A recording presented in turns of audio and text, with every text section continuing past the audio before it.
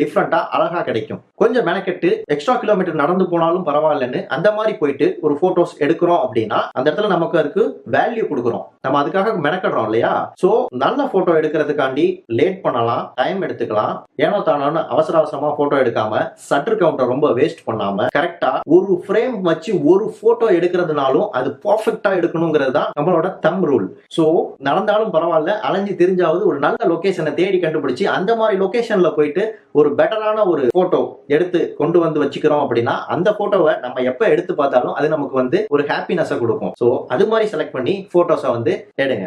நான் வந்து ஒரு விஷயம் சொல்லிக்கிறேன், நல்ல லொகேஷனை சூஸ் பண்ணி போட்டோ எடுக்கணும்னு தான் சொல்லியிருக்கேன். நல்ல லொகேஷனை சூஸ் பண்ணிட்டா நல்ல போட்டோ கிடைச்சிரும்னு அர்த்தம் கிடையாது. அதுக்கு தான் நமக்கு போட்டோகிராஃபி பேசிக் டெக்னிக்ஸ் கொஞ்சம் தெரிஞ்சிருக்கணும். அந்த நாலேஜ் கொஞ்சம் இருந்துச்சு அப்படின்னா அந்த பெட்டரான லொகேஷனையும் நமக்கு வந்து போட்டோல கரெக்டா வந்துட்டு எக்ஸ்போஸ் பண்ணி காமிக்க முடியும், கரெக்டா ஃப்ரேமிங்ல வச்சு காட்ட